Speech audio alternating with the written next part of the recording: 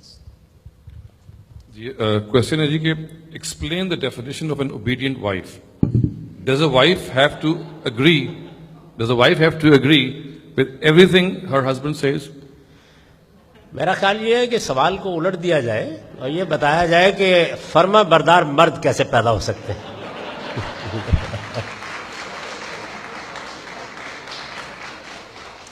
کیونکہ دنیا کا امن اسی پر منحصر ہے. اگر آپ دنیا میں امن، راحت، سکون، اطمینان پیدا کرنا چاہتے ہیں تو میری درخواست یہ ہے کہ اپنی بیویوں کے فرما بردار ہو جائیے. دیکھیے بات یہ ہے کہ گھر ایک ادارہ ہے. اللہ تعالیٰ گھر کو جب آپ شادی کرتے ہیں تو اس کو اس زاویے سے اللہ تعالیٰ نہیں دیکھتے کہ یہ ایک فرینڈشپ ہے جس کو آپ نے لیگلائز کر لیا ہے. یہ نہیں کہہ رہے ہو. یہ بہت اچھی طرح سمجھ لیجیے اور یہی غلط فہمی کا باعث بن رہا ہے. جب ہم شادی کا ارادہ کرتے ہیں تو اصل میں ہم آنے والی نسل کے لیے آغوش فراہم کر رہے ہوتے ہیں. کیوں؟ اس لیے کہ انسان کا بچہ ناتواں پیدا ہوتا ہے، اٹھ نہیں سکتا، کھا نہیں سکتا، پی نہیں سکتا، کئی برس میں جا کے اپنے پاؤں پر کھڑا ہونے کے قابل ہوتا ہے، پھر تعلیم تربیت کا محتاج ہوتا ہے، کہیں 10-15 سال 20 سال کی عمر میں جا کر شباب کو پہنچتا ہے، ارسطو افلاطون بنتا ہے.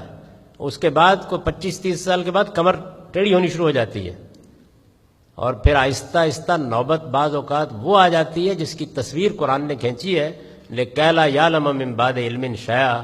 سب کچھ جان کے پھر نادان بچہ بن جاتا ہے. یہ پورا انسان ہے. اس پورے انسان کو پیدا کرنے، پرورش دینے کے لیے اللہ تعالیٰ نے شادی کا ادارہ قائم کیا ہے. اس کے لیے یہ ضروری تھا کہ رشتے قائم کیے جاتے، رشتوں کا احترام پیدا کیا جاتا، اس ادارے کو وفا پر استوار کیا جاتا، بدکاری کو ممنوع قرار دیا جاتا. یہ سب کچھ ایک انسان کی پرورش کے لیے کیا گیا ہے. یہ ابس نہیں ہے. یعنی وہ گھر بنے جس میں ایک مرد و عورت فیصلہ کریں کہ وہ زندگی بھر کے لیے اکٹھے ہو رہے ہیں. وہ فیصلہ کریں کہ وہ اپنی ساری محبتیں، سارے تعلقات، سارے جنسی دائیات کو اس دائرے میں محدود کریں گے.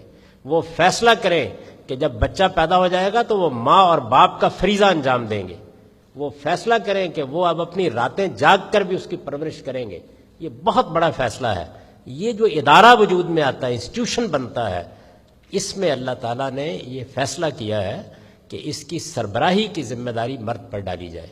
اور جیسے ہی ذمہ داری ڈالی ہے ایک دوسرا فیصلہ بھی کر دیا ہے کہ اب کما کے تم لاؤ گے، اخراجات تم پورے کرو گے، تمام ذمہ داری تم اٹھاؤ گے.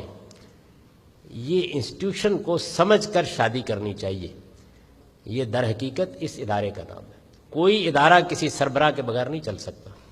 تو یہ فیصلہ کیا گیا ہے اور اس میں ذمہ داری ڈالی گئی ہے. عورت کمائے، ملازمت کرے، وہ ایک ایک پائی اس کی ہے. اس پر گھر میں ایک پیسہ بھی دینے کی کوئی ذمہ داری نہیں. ذمہ داری نہیں ہے، اپنی مرضی سے آپ جو چاہے کریں. ذمہ داری مرد پر ڈال کے اس کو گھر کا سربراہ بنایا گیا ہے اور عورتوں سے یہ تقاضا کیا گیا ہے کہ اس ادارے کو خراب نہ کرو، اس میں سرکشی اختیار نہ کرو، اس میں موافقت پیدا کرو.